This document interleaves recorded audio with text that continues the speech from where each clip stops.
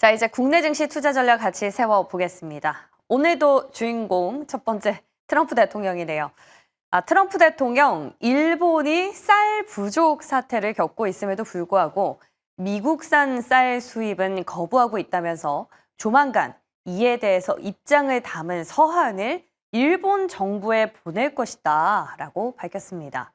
자, 트럼프 대통령은 자신의 SNS에 다른 나라들이 미국에 대해서 얼마나 부당하게 하는지를 보여주려고 한다면서 나는 일본을 매우 존중하지만 그들은 대량의 쌀 부족을 겪고 있음에도 불구하고 우리의 쌀은 수입하지 않으려 한다라고 밝혔습니다.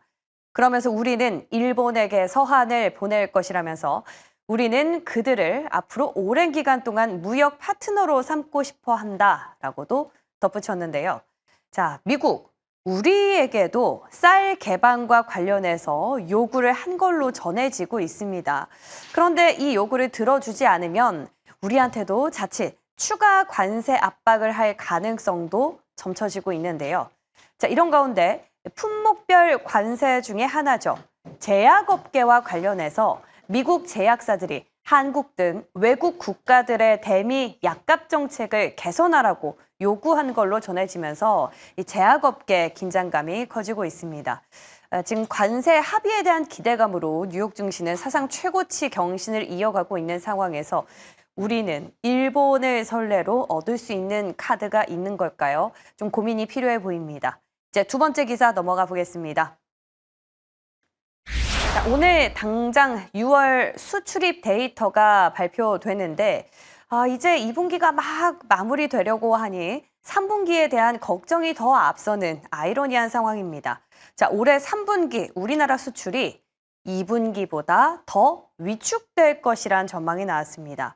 한 15개 주력 품목 가운데 미국발 관세 직격탄에 맞은 품목이죠. 자동차랑 부품, 가전, 철강 등을 중심으로 10개 품목의 수출 여건이 악화될 것이란 관측인데요. 자, 한국무역협회 국제무역통상연구원이 발표한 2025년 3분기 수출산업 경기 전망 조사 보고서에 따르면 올해 3분기 수출산업의 경기 전망 지수는 96.3으로 3분기 연속 100을 밑돌고 있습니다. 그런데 이 지수가 100보다 낮으면 국내 수출 기업들이 직전 분기보다 경기가 앞으로 더 악화할 걸로 예상한다라는 뜻인데요. 지난 3분기부터 미국발 관세가 불기 시작한 철강과 자동차, 또 자동차 부품, 그리고 지난달부터 관세가 부과된 가전의 수출이 크게 위축될 걸로 예상되고 있습니다. 다만 한 가지 긍정적인 건 반도체인데요. 이 반도체는 데이터 센터 등에 쓰이는 고성능 AI 반도체 수요가 폭증하는 동시에 3분기에는 D램, 레거시 쪽 가격도 오를 걸로 전망이 됐고 조선도, LNG 수송선 등 수출이 늘어나면서 호조가 이어질 걸로 관측되고 있습니다. 자, 수출주 안에서 전체적으로 잘 가는 것이 아니라 일정 품목 대비 조금 더 선방하는 쪽이 분명히 있다라는 사실을 우리는 미리 예측해 볼 수 있는데요. 어제도 시장에서 전체적으로 수출주들 앞으로 실적에 대한 기대감으로 잘 갔던 바가 있는데 이에 대해서 또 미리 힌트를 얻어볼 수 있을까요? 궁금해집니다. 자, 끝으로 마지막 기사 열어보겠습니다. 자, 올해 상반기까지만 코스피가 무려 30% 가까이 오르면서 1999년 이후에 최고의 수익률을 보이고 있습니다. 그런데 이러한 역대급 불장에도 개인 투자자들은 크게 웃지를 못하고 있다라는 기사가 나왔는데요. 그 연유는 뭘까요? 일단 수급으로 들어가 보겠습니다. 외국인이 5월 순매수로 돌아서면서 지수 성장을 견인했죠. 근데 반면에 개인은 코스피가 하락했을 때 이익을 볼 수 있는 ETF에 투자를 하거나 저점 매수를 시도하면서 상승장을 온전히 누리지는 못한 걸로 파악이 됐습니다. 자, 이렇게 외국인과 개인, 서로 다른 주체들이 매수한 종목에서 큰 차이를 보였다라는 게 가장 큰 핀포인트인데요. 그렇다면 올해 외국인 투자자가 가장 많이 매수한 기업은 뭘까요? 바로 SK하이닉스, 한화에어로스페이스, 끝으로 한국전력 등이 포함되어 있습니다. 그런데 이에 반해서 개인 투자자들은 삼성, SDI, 현대차를 무려 1조 원이 넘게 순매수했고요. 여기에 또 LG전자까지 포함이 돼 있습니다. 그런데 LG전자 수익률을 보면 상반기 무려 12% 가까이 약세를 보였다라는 사실을 알 수 있죠. 이에 대해서 한 증권사는 비교적 동질성을 가지고 있는 외국인들과는 다르게 개인들은 각기 달라서 또 하나로 묶기가 어렵고 이미 차익 실현에 나서서 수익률을 높였을 수 있다면서 다만 변동성이 너무 큰 주식이나 레버리지의 비중을 높이는 건 리스크를 키울 수 있다라고 경고하고 있습니다. 일단 지금까지는 상반기에 대한 부분이었는데 이제 오늘부로 7월이 시작되면서 하반기가 본격 개화되죠. 실적에 대한 기대감, 그 수급에 대한 방향성 어떻게 달라질지 지금부터 전략 세워보겠습니다.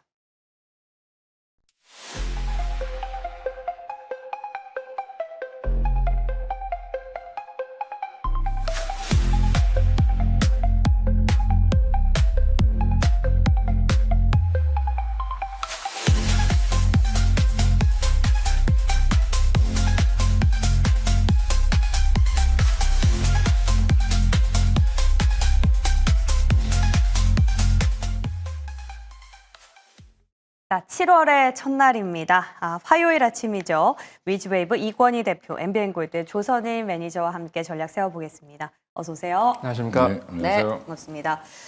자, 일단 하반기가 시작되는 첫날인데 두 분은 어떤 포인트를 투자에 좀 잡고 계실지 바로 확인해 보겠습니다. 주도 섹터 확산에 주목하자, 서머 랠리에 동참하자. 이게 보통 7월이 랠리 좀 좋은 시장으로 꼽히지 않습니까? 그렇죠. 네, 보통 이제 예. 미국이나 유럽 같은 경우는 원래 이제 펀드 매니저들이 7월에 휴가 가기 때문에 조정이 온다라고 그러는데 매년 요 근래 한 10년에서 20년 사이에 7월 달 랠리를 보면 오히려 썸머 랠리가 더 강했습니다. 그래서 이제 많은 분들이 7월 되면 지금 우리나라도 6월 말 한 3일 정도 삼거리를 남겨놓고 조정이 오니까 이거 7월 달부터 조정이 오는 거 아니야? 하고 걱정하시는 분이 있는데 걱정하실 필요 하나도 없다는 거죠. 자, 그리고 이제 특히 6월 25일입니다. 얼마 전부터 거래되고 있던 넥스트 트레이드에서 코스피의 380개 종목 그리고 코스닥의 411개, 91개 종목을 따로 다시 또 선정을 했습니다. 그중에 105개가 시가총액하고 유동성 등을 계산을 다 해서 새로 편입이 되는데 실질적으로 시장 같은 경우는 여러분 아시겠습니다만 6월 달까지 상반기까지 펀드 매니저들이 수익을 극대화시키기 위해서 보통 이제 윈도우 드레싱이라고 그러죠. 윈도우 드레싱은 내가 수익 내고 있는 거를 수익 극대화하기 위해서 일부러 그걸 더 사고 수익 떨어지는 거를 청산해서 내가 수익이 많이 나고 있는 거에 배팅하는 거를 이제 윈도우 드레싱이라고 그러는데 이번에는 보면은 수익을 많이 난 종목을 매도를 한 것 같아요. 약간은 차익 실현을 했는데 7월 달에 말씀드린 대로 오늘부터 시작인데 넥스트 트레이드도 그렇고 기본적으로 여러 가지 종목들이 편입되고 빠져나가는데 여기에 대해서 인덱스를 추종하는 지수들이 더 매수세가 들어올 겁니다. 그러면은 그런 종목들을 여러분들이 잘 분석해서 특히 이번 시장에 맞는 업종들을 그리고 종목들을 여러분들이 잘 공략하신다면 7월 이후에도 수익이 좋을 것 같습니다. 포트폴리오에 대한 힌트 저희 매 시간 갖고 있는데 오늘도 잠시 뒤에 좀 구체적인 투자 전략 같이 세워보겠습니다. 그리고 주도 섹터 확산에 주목하자. 어떻게 주도 섹터가 조금 달라지고 있다고 보세요? 어떻습니까? 주도 섹터가 변하는 게 아니라 네. 기존에 가던 sek터들은 좀 쉬어가면서 이제 뭐 2차 상승을 노리는 모습을 좀 보여주고 있고요. 가장 대표적인 게 이제 조방원이겠죠. 조선방산원전 뭐 이쪽 보시면 됐고. 지도세도 모르게 많이 올라온 또 반도체 섹터도 생각보다 많이 올라왔습니다. 하이닉스가 더 특히 이제 퍼포먼스가 좋았고 우리가 이제 흔히 뭐 소부장 별로였겠네라는 종목 한 뒤져보시면 대부분 뭐 코스피 이상으로는 다 올랐습니다. 그 얘기는 이제 결국에는 전반적으로 지금 분위기가 자금이 들어오면서 좋아지고 있다. 그러니까 한마디로 유동성이 지금 우리나라 시장에서 지금 좋아지고 있다는 부분이고요. 예전에 이제 자금이 좀 한계가 있다 보니까 이제 널뛰기가 좀 심했다라고 보면 이제 향후의 하반기는 생각보다 견조하게 순환매가 빨리 나타나더라도 뭐 훅 빠지고 한쪽은 올라가고 이런 게 아니라 한쪽이 쉬면 이쪽이 올라가고 또 이제 이쪽이 쉬면 다시 이쪽이 올리는 그러니까 최근에 보면 뭐 로봇주 한번 갔다가 화장품주 갔다가 이렇게 하는데 추세를 무너뜨리진 않거든요. 그 얘기는 뭐 화장품, 반도체, 뭐 전력기기 이런 종목들이 다시 또 이제 특히 전력기기는 또 다시 신고가를 또 내고 있죠. 그러니까 이런 부분들 보면 이제 이 섹터가 지속적으로 좀 확산되고 있는 중인데 이따 뭐 말씀드리겠지만 이제 무역 관련돼서 미국과의 이제 관세 관련돼서 좀 안 좋은 뭐 자동차라든지 일부 섹터들을 자동차 철강 뭐 이런 쪽을 제외하면 사실은 뭐 대부분 섹터가 지금 굉장히 좋은 분위기로 가고 있다라고 보시면 하반기에 만약에 이제 이런 불확실성까지 해소된다라고 하면 바닥권에 있는 이제 뭐 현대차라든지 기아라든지 이런 종목들도 또 한번 어떻게 흐름을 나타낼지 좀 지켜볼 필요가 있을 것 같고요. 어제 이제 가장 대표적으로 SK 이노베이션이 뭐 사실은 20% 이상 상승하는 네. 기업을 토했는데, 그러니까 뭔가 좋은 뉴스 하나만 나와도 굉장히 강하게 반응해 주는 게 지금 결국엔 지금 돈이 많이 있다 증시에 그런 의미를 좀 반증한다라고 생각하고 있고요. 그래서 앞으로 이제 증시에 유입되는 자금이 많아질 거라는 기대감이 붙어서 미리 먼저 사는 선침해까지 이제 일어나고 있는 상황이기 때문에 당분간 이제 하반기에 더 좋은 흐름을 좀 이어가지 않겠나 생각을 하고 있습니다. 그러니까 그동안 우리 개인 투자자분들께서 포모를 느끼셨던 거는 자금이 제한적이니까 여기가 올라가면 여기가 빠지지 않을까라는 우려 심리 때문이었는데 이제 전체적으로 자금에 대한 파이가 커지니까 다 이 확산, 온기가 다 확산될 것이다라는 분석이었어요. 근데 최대 관건은 역시 관세가 아닐까 싶네요. 첫 번째 기사로 관세 이슈부터 저희 다뤄볼게요. 자, 트럼프 대통령 이번에는 일본과 쌀 그리고 자동차와 관련해서 서로 지금 줄다리기를 팽팽하게 벌이고 있습니다.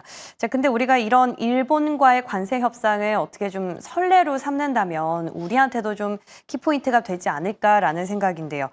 마찬가지로 우리나라에도 쌀 개방과 관련해서 요구를 한 걸로 전해지고 있고 여기에 우리가 품목별 관세 중에 아직 뭔가 합의점을 도출해내지 못한 섹터가 제약업계 아닙니까?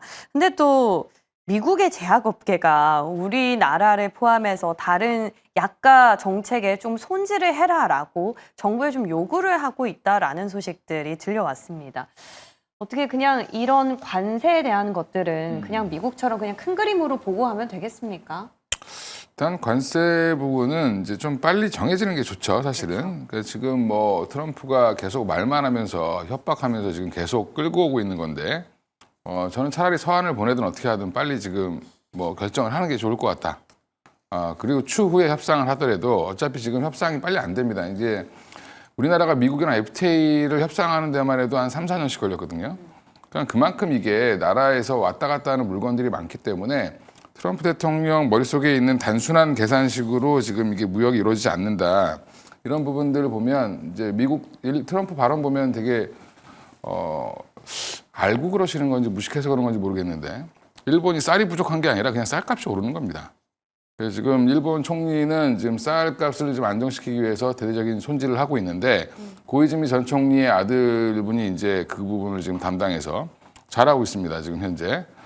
그래서 지금 이런 부분들이 일부 이제 가격 안정을 위해서 미국 쌀을 도입하려는 취지로 가고 있는 상황이고 대신에 이제 일본이 협상 카드를 먼저 제안했더니 트럼프가 자꾸 안 들어주니까 지금 일본도 적극적으로 안 하고 있는 것뿐이죠.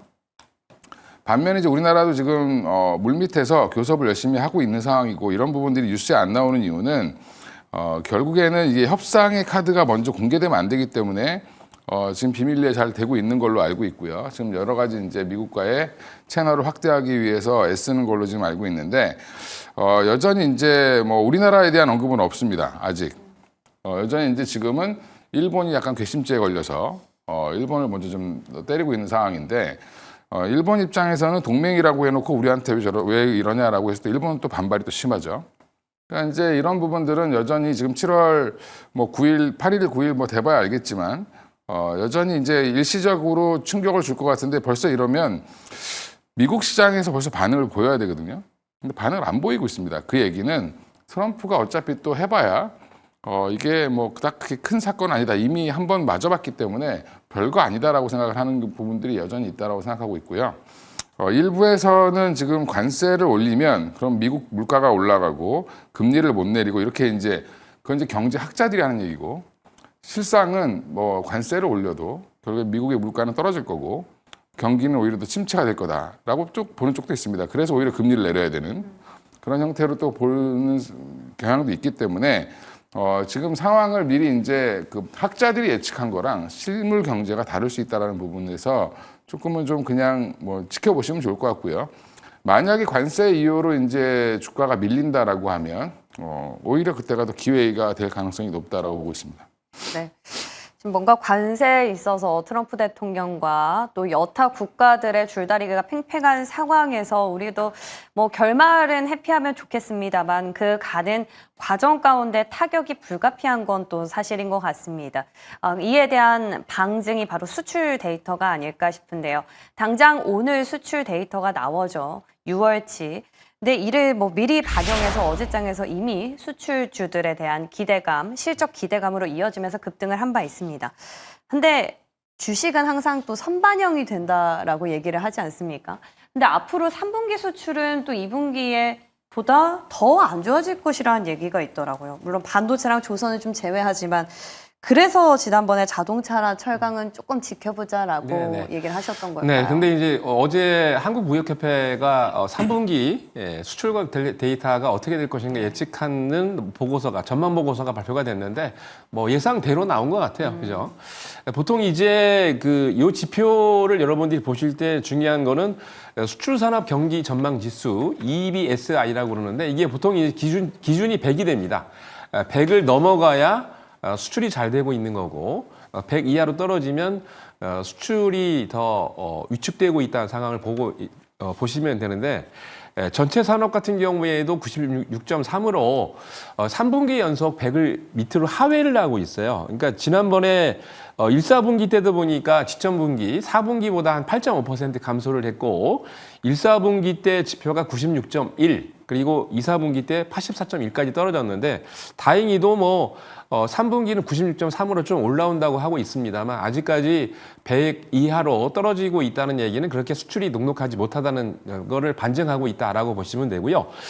거기에 전기, 그러니까 15개 품목 중에 10개의 품목이 더 안 좋아질 것이다 예상을 하고 있는데 대표적으로 뭐 전기전자 제품이 65.2 그리고 자동차 부품이 56 그리고 가전이 52.7인데 철강 같은 경우에도 굉장히 안 좋게 얘기를 하고 있습니다만 오히려 세아제강 지주 같은 경우는 간혹가다 말씀을 드렸는데 미국의 공장을 가지고 있고 매출 규모 같은 경우에도 한 3조 이번에도 작년에 3조 한 5천억이었고 금년에 3조 한 8천억 정도 예상을 하고 있는데 3년 전, 4년 전보다는 영업이익이 좀 떨어지긴 합니다. 왜냐하면 2,500억, 3천억 정도 되는데 거의 한 5천억 가까이 넘어갔었는데 이번에 보니까 한 2,500억 정도, 한 3년 전, 4년 전보다 영업이익이 절반 정도 떨어지긴 해요. 왜냐하면 여러 가지 이슈 때문에. 근데 전반적으로 봤을 때 유보율도 9,600% 넘어가고 어제 종가 대비 PBR도 0.4배밖에 안 되기 때문에 앞으로 한 100% 이상 올라갈 수 있는 룸이 남아 있어요. 그러니까 이런 것들은 괜찮다라고 보여지고 그리고 기본적으로 15개 품목 중에 뭐 반도체는 당연히 좋죠. 왜냐하면 HBM 또 AA 데이터 센터가 여기에 대한 반사이익을 받는 거고 그리고 특히나 지금 수출 데이터가 오늘 발표가 될 겁니다만 조선업종도 상당히 좋습니다. 제가 조방원을 말씀을 계속 드리고 있는데 조선업종군들이 그동안 한 3월 달부터 한 3개월 넘게 쉬었는데 이제 출발할 때가 된 것 같아요. 그래서 관심 있게 지켜보시고 특히 이제 LNG선 관련해서 매출을 올리고 있는 기업들 대표적으로 HD, 현대, 미포입니다. 어제에도 강하게 올라와서 조선주 중에 1등으로 올라왔는데 그런 종목들이 다시 한번 랠리를 펼치면서 그리고 중요한 거는 7월 달 말이나 8월 달 초에 대통령이 원래 이제 나토 정상회담을 참석하려고 했다가 아시겠습니다만 그 하루 전날 바로 이란 이스라엘 전쟁 때문에 이재명 대통령이 안 나갔어요. 상당히 좋은 판단이었다고 생각됩니다. 왜냐하면 대통령이 안 나갔기 때문에 지수가 안 떨어졌어요, 이렇게. 네, 근데 여기에 대한 반사이익을 받기 때문에 특히 미국하고 관세 협정을 하기 위해서는 조선업을 가지고 지렛대 역할을 해야 됩니다. 그래서 제가 보기에 하반기 때 조선업도 좋으니까 관심 있게 지켜보시기 바랍니다. 어제 수출주들 굉장히 활약을 펼쳤는데 오늘 수출 데이터 잘 나와 또 그 흐름은 계속 이어지겠죠. 네. 작년이나 이전 같은 경우에 증시가 안 좋을 네. 때는 수출 데이터가 좋으면 세로뉴스가 됐는데 맞아요. 증시가 좋을 때는 세로뉴스가 아닙니다. 오히려. 충분히 올라갈 수 있는 룸이 있기 때문에 제가 보기에는 더 간다라고 보여집니다. 네, 대표적인 수출주로 꼽혔었던 섹터들 잠시 뒤에 하나씩 점검해 보도록 하겠습니다. 자, 끝으로 이렇게 시장이 부장이다 얘기했던 게 저희가 벌써 몇 달이 된 것 같은데요. 그럼에도 왜 이렇게 우리 개인 투자자들은 웃지를 못했던 걸까요? 그 원인을 분석한 기사가 하나 있었는데 한번 보시면요. 일단 외국인과 기관 그리고 개인의 마음이 좀 달랐다라는 겁니다. 외국인만 먼저 보면요. 그들은 SK하이닉스와 하나에어로스페이스, 한국전력 등을 우선순위로 담았던 반면에 개인 투자자들 순매수 상위 종목을 1월 1일부터 또 6월까지 좀 카운트를 해봤더니 1순위 보이시나요? 삼성, SDI, 2위는 현대차, 그리고 5위긴 하지만 LG전자를 담으면서 11% 약세를 보이는 기업에 주춤할 수밖에 없었습니다. 자, 하반기 때는 우리가 이 흐름을 좀 따라가야 될까요? 아니면 그냥 실적주 요즘 훈풍이 부는데 이쪽으로 무게를 두고 있는 게 좋을까요? 제가 20년 정도 업계에 있으면서 네. 매년 나오는 기사입니다, 이거. 네, 그래서 이거는 그냥 기자들이 기사를 위한 기사를 썼다. 이렇게 판단하시면 되고요. 제 주변의 분들 돈 많이 버셨습니다. 근데 괜히 이거를 가지고 여기 보면 이제 IBK 수석연구원이 하신 말씀이 있죠. 이제 외국인 투자자들과 달리 개인 투자자들은 하나로 붙기 어렵고 이미 차익 실현했을 수도 있다. 이미 차익 실현해서 다른 데 가서 길목 잡고 있는 걸 수도 있습니다. 그러니까 외국인 기관들은 추세의 흐름을 만들면서 위로 이제 쏘기 때문에 위로 이제 매수를 하기 때문에 이제 최근에 보면 뭐 좋아 보이는 거죠. 그 수익률이라는 거는 어떤 기간으로 끊느냐에 따라 다른 거기 때문에 지금 이런 뉴스에 이래 우리 개인은 항상 안 되나 보다 이런 패배감을 안겨주는 기사를 왜 쓰는지 모르겠는데 오히려 이제 사실은 코로나 시기 때도 버신 분들도 많고요. 사실은 근데 끄트머리에 가서 이제 사신 개인들이 좀 물리는 거죠. 초보자단들에서 많이 물리는데 그래서 이제 여기 옆에 계신 이제 우리 전문가님이라든지 이런 경제 방송이라든지 이런 것들을 유심히 잘 보셔야 된다. 그래야 이제 뭐 소외되지 않고 또 하나 이제 지금 보면 뭐 하이닉스를 외국인들이 많이 샀다. 많이 사서 본인들이 사서 올렸죠. 개인들은 이미 예전에 사놨습니다. 예, 그렇죠. 예, 그렇게 보시면 이거는 이제 뭐 단순히 수급만 가지고 이렇게 평가를 한다는 거는 좀 그런 것 같아요. 그래서 이런 기사를 매년 좀 쓰시는데 좀 굳이 왜 쓰는지 모르겠는데 안 썼으면 좋겠다. 예.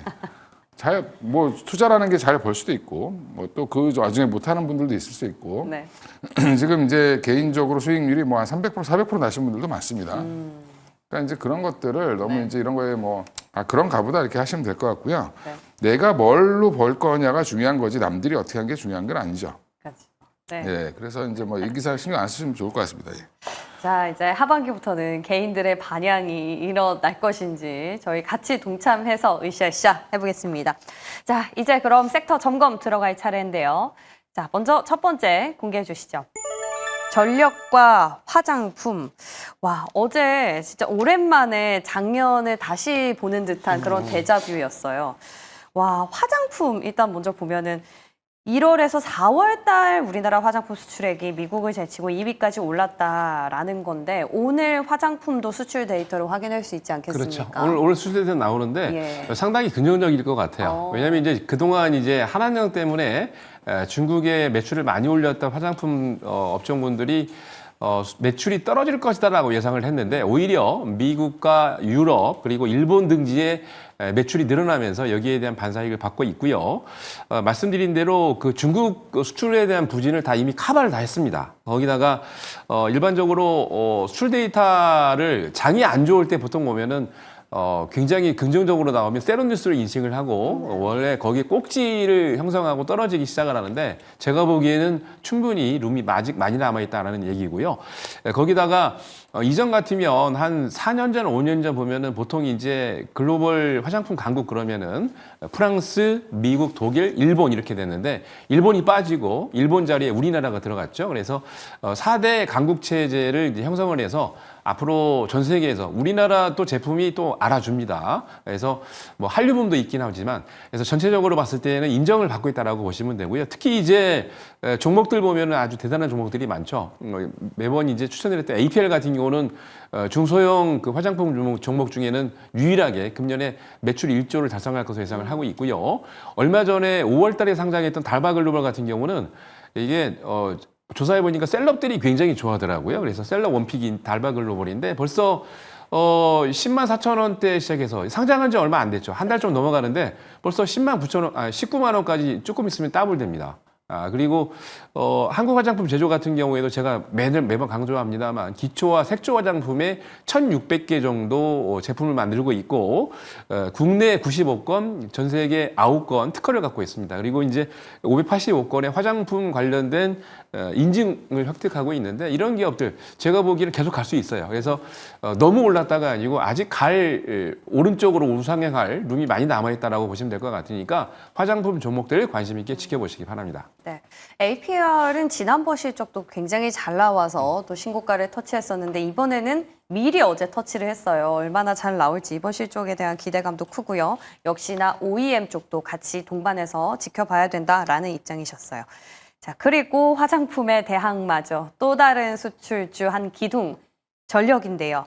와, NH투자증권에서 지금 효성중공업의 목표가를 60만 원에서 105만 원까지 75%나 상향 조정을 했습니다.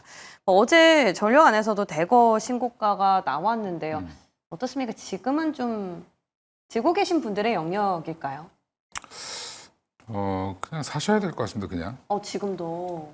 네. 네. 제가 이런 얘기 잘 안 하는데 효성중공업이 됐든 뭐 산일전기, LS일렉트릭, 현대일렉트릭 다 보시면 일단 지금 전력기기는 빅사이클에 들어간 건 맞습니다. 그래서 지난번에 작년에 워낙 급하게 올라왔기 때문에 연초에 좀 쉬었다가 다시 지금 하반기 들어서 올라오고 있는 한 4월부터 다시 시동을 걸었죠. 그래서 지금 올라오고 있는데 결국엔 데이터 확인하고 올리고 데이터 확인하고 올리는 상황이다라고 생각하시면 되고 예전에 이제 현대일렉트릭이 그 미국에 공장 짓고 울산에 공장도 증설할 때 무슨 얘기를 했냐면 앞으로 10년 호황이 올 것 같아서 증설한다. 그 얘기는 앞으로 적어도 주식은 2, 3년은 더 좋을 수 있다라고 보고 접근하시면 되고요. 이제 대신에 이제 이런 게 있습니다. 어제같이 급하게 올라갈 때는 쫓아가지 마시고 또 이제 뭐 음봉 나오면 사셔야 된다. 그래서 또 갑자기 이유 없이 그냥 전력기기들이 한 5%씩 빠진다. 뭐 그러면 아주 좋은 기회죠. 네, 그럴 때 이제 포트에 적어도 한 10에서 10% 정도는 그냥 좀 담고 이제 매매하지 마시고 끌고 가셔야 된다. 이거는 저는 개인적으로는 이제 효성중공업, LS일렉트릭, HD 현대일렉, 뭐 그다음에 좀 작은 종목으로 산일전기 이렇게 있는데 영업이익률 좀 보시고 대응하시면 영업이익률이 올라가고 있는 추세인지 앞으로 가이던스가 어떻게 나오는지 보시고 대형주 중에서는 현대일렉트릭이 가장 탑핑인 것 같고요. 좀 작은 종목에서는 산일전기가 영업이익률이 30%를 육박하는 회사입니다. 그러면 이런 회사들은 밸류를 더 줘도 괜찮습니다. 근데 효성중공업, LS일렉트릭은 좀 개인적으로는 조금 과하다고 보는 이유는 물론 이제 뭐 목표가 올리신 데는 나름 근거가 있겠지만 거기 이제 영업이익률 이제 한 자릿수에서 두 자릿수 이제 막 넘어가고 있고요. 현대일렉트릭 같은 경우는 지금 10%대에서 20%로 넘어가고 있습니다. 그 얘기는 영업이익률이 많이 나는 회사가 나중에는 더 간다. 네, 그 증가율도 꾸준히 좋아지고 있기 때문에 그래서 지금은 개인적 탑픽은 현대일렉트릭이고요. 만약에 조금 더 공격적으로 한다면 산일전기 사시는 게 맞다. 그래서 지금 분위기는 미국에서 지금 오고 있는 훈풍도 있지만 사실은 유럽도 지금 선진국들이 오래됐습니다. 다 장비들이 이제 그런 것들 다 교체 수요가 엄청나게 들어오고 있고 최근에 효성중공업이 이제 밸류업을 받는 이유가 미국 플러스 지금 유럽 시장 개척 때문에 그런 건데 똑같이 지금 현대일렉트릭도 지금 유럽에 지금 또 수출을 늘리고 있죠. 이런 부분들 보면 여전히 조정시 매수 관점으로 보시고 네 종목 중에 뭐 대여섯 종목 중에 마음에 드는 종목 특히 이제 뭐 저는 오히려 큰 종목 사시는 게 조금 더 편하시지 않을까 생각하고 있습니다. 네, 길게 가져가되 그 종목단 안에서 어떤 그 실적에 따라서 좀 달릴 수 있다라면서 좀 힌트를 주셨어요. 대형과 중소형주 안에서 또 옵션 주셨으니까 잘 한번 참고해 보시고요. 자, 이제 다음 섹터 넘어가 보겠습니다. 음식료와 LNG인데 LNG 일단 세모가 나왔고요. 음식료. 불닭볶음면이 네. 그렇게 잘 팔리나 봐요. 그러게요. 뭐 미국이랑 중국에선 공급이 부족하다는 맞습니다. 얘기가 네. 여러분들 어떻게 라면을 팔아가지고 1조 원을 찍을 줄 알았습니까? 2022년도에 9천억이었는데, 야, 라면 팔아서 매출이 9천억이 돼도 대단하다 그랬는데, 2023년에 2022년 대비 2천억이 올라가면서 1조 1천억을 찍었고요. 작년에는 1조 7천억. 3년 만에 드디어 올해 2조 한 2천억 찍습니다. 야, 라면 팔아가지고 어떻게 2조를 찍어요? 깜짝 놀랐습니다. 자, 왜 그런가라고 봤더니, 지금 이제 현재 우리나라 라면이 예전에는 여러분들 라면, 여러분들이 초대를 받았어요, 집에. 근데 라면 끓여주면 나를 이렇게 푸대접 하나라고 생각하고 있는데, 여러분들 음식에 대한 패러다임이 바뀌었습니다. 미국이나 유럽 같은 경우에서는요, 불닭볶음면을 대접을 받으면 정말 대접을 잘 받았다 이렇게 생각을 한답니다. 그 정도로 불닭볶음면의 인지도가, 프리미엄 인지도가 굉장히 올라가 있어요. 무슨 얘기냐? 우리가 생각하고 있는 라면이 아닙니다. 자, 거기다가 미국 시장에서는 지금 대형 유통을 하기 위해서 월마트가 원래 대형 유통 체인을 갖고 있기 때문에 체인이 가장 많죠. 월마트를 통해 가지고 유통을 하고 있는데 엄청나게 팔리고 있다고 하네요. 특히 이제 그 삼양식품이 여자분들이 대단하신 것 같아요. 며느리가 지금 이렇게 대단한 입지적인 전력을 올리고 있지 않습니까? 그래서 내수 시장보다는 수출 시장에 지금 집중적으로 공략을 하고 있고, 와, 깜짝 놀랐습니다. 2022년까지 영업이익이 9%밖에 안 됐는데, 작년부터 지금 19%, 올해는 23%가 넘어가요. 아니, 라면을 팔아가지고 어떻게 영업이익 20%가 넘어갑니까? 깜짝 놀랐어요.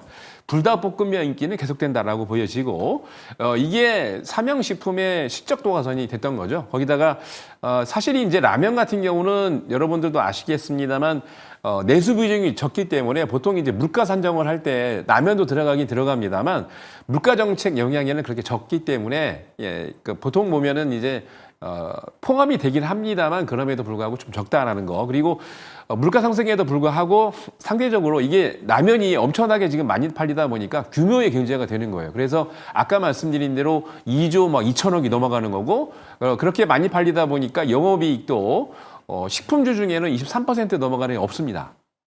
대표적으로 삼양식품이 올해 23% 넘어가는 대단한 기록을 하고 있다는 거. 그래서 삼양식품이 지금 139만 원인데 제가 보기에 200만 원 훌쩍 넘을 것 같아요. 와. 지금도 늦지 않은 것 같습니다.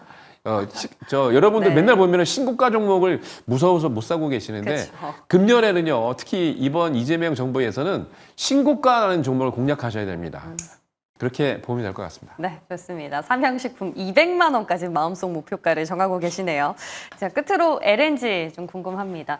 어제 저희가 기사를 통해서 다뤄봤긴 했었는데 뭐 새로운 이슈가 아니라서 그렇게까지 급등할 줄 몰랐는데 또 상한가를 터치하네요.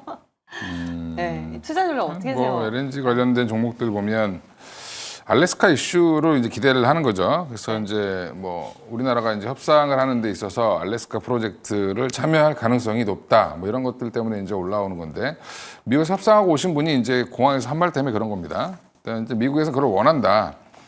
당연히 원하겠죠. 그 1960년대부터 개발 못 해가지고 여러 이제 그 글로벌 업체들이 참여했다가 다 기부업한 데인데. 여기를 이제 한국이 해줬으면 좋겠다. 뭐 예전에 한국, 일본이 같이 해줬으면 좋겠다 이랬는데 네, 그렇죠. 갑자기 일본이 빠졌습니다. 관세가 뭔가 노이즈가 있는. 지금 이제 그 일본이랑 지금 미국이랑 약간 좀 밀당하고 있는 것 같긴 한데, 네. 그래서 지금 우리나라한테 뭐 얘기를 하고 있는데, 여전히 이제 뭐 자동차라든지 이런 거에 대해서 파격적으로 우리한테 해준다라고 하면 우리는 할 의향이 있겠죠. 근데 이제 그게 별 주는 거 없이 해달라고 하면 아마 이 정부 안 할 겁니다. 예, 그렇게 되면 이게 이제 아직은 불확실성이 있는 거죠. 할지 안 할지 모른다. 근데 여전히 이제 협상용 카드로는 여전히 이제 유효하다. 뭐 아까 이제 조선도 말씀하셨는데 마찬가지로 조선 말고 지금 또 하나가 이제 결국엔 이 프로젝트인데 이걸 내가 해줄지 안 해줄지는 아직 모르는 상황이고요. 이걸로 이제 돈을 번다는 거는 전문가들 사이에서는 거의 못 번다라고 보고 있는 상황이기 때문에 다른 걸로 이익이 돼서 여기서 좀 까먹더라도 우리나라 전체적으로 봤을 때 이익이 돼야 되는 상황이거든요. 그러니까 이런 부분들은 여전히 조금 아직 이슈에 따라 이제 이슈가 나오면 올라가고 이슈가 또 사그라들면 또 빠지는 아직은 트레이딩 관련이기 때문에 제가 보류라고 말씀을 드렸고요. 네. 가지고 계신 분들 여전히 이제 될 거라고 생각하고 가지고 계신 분들이 있어요. 이제 도박하시는 거죠. 될지 안 될지 모르는데 그러면 이럴 때는 어떻게 해야 되냐? 도박하셔도 되는데 여전히 될지 안 될지 오래 걸릴 겁니다. 그러면 된다라고 얘기 나왔을 때 확 올라가면 팔고 또 잘 안 될 것 같아 그러면 빠지면 또 사고 이게 협상이 굉장히 길어질 겁니다. 이제 이런 것들을 그래서 지금 점점 근데 그 변동폭이 줄면서 관심이 없어질 수도 있습니다. 그러다 진짜 되면 확 올라가겠죠. 예, 이제 그런 부분들이 있으니까 여전히 지금은 트레이딩 관점으로 대응하시는 게 맞다라고 말씀드리겠습니다. 계속 나오면 무뎌질 수가 있죠. 그렇기 때문에 좀 짧게 보는 전략. 다만 뭔가 됐을 때는 크게 나올 수 있다라는 겁니다. 자, 이제 마지막으로 저희 관심주 공개해 볼 차례인데요. 열어주시죠. 삼양식품 또 나왔고요. KINX. 예, 삼양식품은 앞서서 이제 말씀 잘 들었기 때문에 KINX 한번 들어볼게요. 저는 좀 생소한 기업 같거든요. 예, 예전에 이제 5G로 난리 났던 기업인데 5G. 원래 데이터 센터를 구축하는 회사라고 보시면 되고요. 이거를 이제 운영해서 임대해서 빌려주고 이제 트래픽 같은 것들을 이제 서로 연결해주고 일단 대기업들 같은 경우도 자체적으로도 갖고 있지만 사실은 여전히 이제 KINX가 대행해주는 형태로 갖고 있는 경우도 많이 있습니다. 지금 뭐냐면 AI 때문에 데이터 센터의 수요는 커지고 있는데 물론 이건 AI 데이터 센터는 아닙니다 아직. 근데 클라우드라든지 여러 가지 이제 서비스를 이제 데이터 센터 내부에서도 하는 서비스가 굉장히 많은데 KINX가 지금 수도권의 데이터 센터를 다 갖고 있습니다. 대부분 거점마다. 특히 이제 최근에 과천에도 갖고 있는데 분당부터 시작해서 강북, 강남 가리지 않고 지금 데이터 센터를 여기저기 많이 갖고 있어서 지금 수요가 늘어나고 있는데 사실 수도권의 가장 큰 문제는 뭐냐면 비싼 땅값. 그렇죠. 예. 그러다 보니까 부지를 확보하기가 굉장히 어렵고 그리고 부지를 확보한다 하더라도 이제 수익성을 내려면 자체적으로 뭔가 이제 노하우가 있어야 되는데 그 노하우가 좀 부족한 거죠. KINX가 최근에 이제 과천 데이터 센터를 오픈하면서 가동률을 한 80%까지 지금 끌어올리고 있는 중인데 향후 영업이익이 적어도 이거 하나만으로도 매출 한 200억 이상 늘어날 걸로 예상을 하고 있고요. 기존에 이제 지금 데이터 센터 서로 이제 빌려달라, 서로 우리가 이용하겠다라고 하는 쪽들이 지금 점점 많아지고 있는 상황이기 때문에 그러면 결국엔 뭐가 올라갈까요? 단가가 올라가겠죠. 예, 그런 부분들까지 고려하면 KINX 지금은 실적이 뭐 고만고만합니다만 갑자기 이제 실적이 퀀텀 점프할 가능성이 높을 수도 있다라고 보고 있고요. 최근에 이제 한 7만 8천 원대에서 한 10만 원 근처까지 이제 반등을 했습니다. 근데 큰 흐름 이제 차트 한번 보여주시면 월봉 보면 이 회사는 그래도 꾸준히 올라가고 있는 회사죠. 네. 예, 그래서 지금 주가가 한번 눌렸다가 다시 한번 전고점 돌파하려는 시도를 하고 있으니까 좀 길게 보시는 분들 이제 1차 목표가로 한 12만 원까지 한번 지켜보셔도 괜찮을 걸로 보이고요. 이 회사가 나빠질 이유가 전혀 없는 분위기다. 뭐 지금 결국엔 정부의 기조도 AI를 뭐 확대시키는 과정에서 그렇죠. 네. 데이터 센터의 수요는 점점 늘어날 수밖에 없다라고 보고 대응하시면 좋을 것 같습니다. 네. AI와 데이터 센터 안에서 숨은 실적 옥석주가 아닌가라는 생각이 듭니다. 저희도 잘 지켜볼게요. 목표가까지 잘 챙겨보시기 바랍니다. 오늘 이건희 대표는 여기서 인사드릴게요. 고맙습니다. 네, 감사합니다.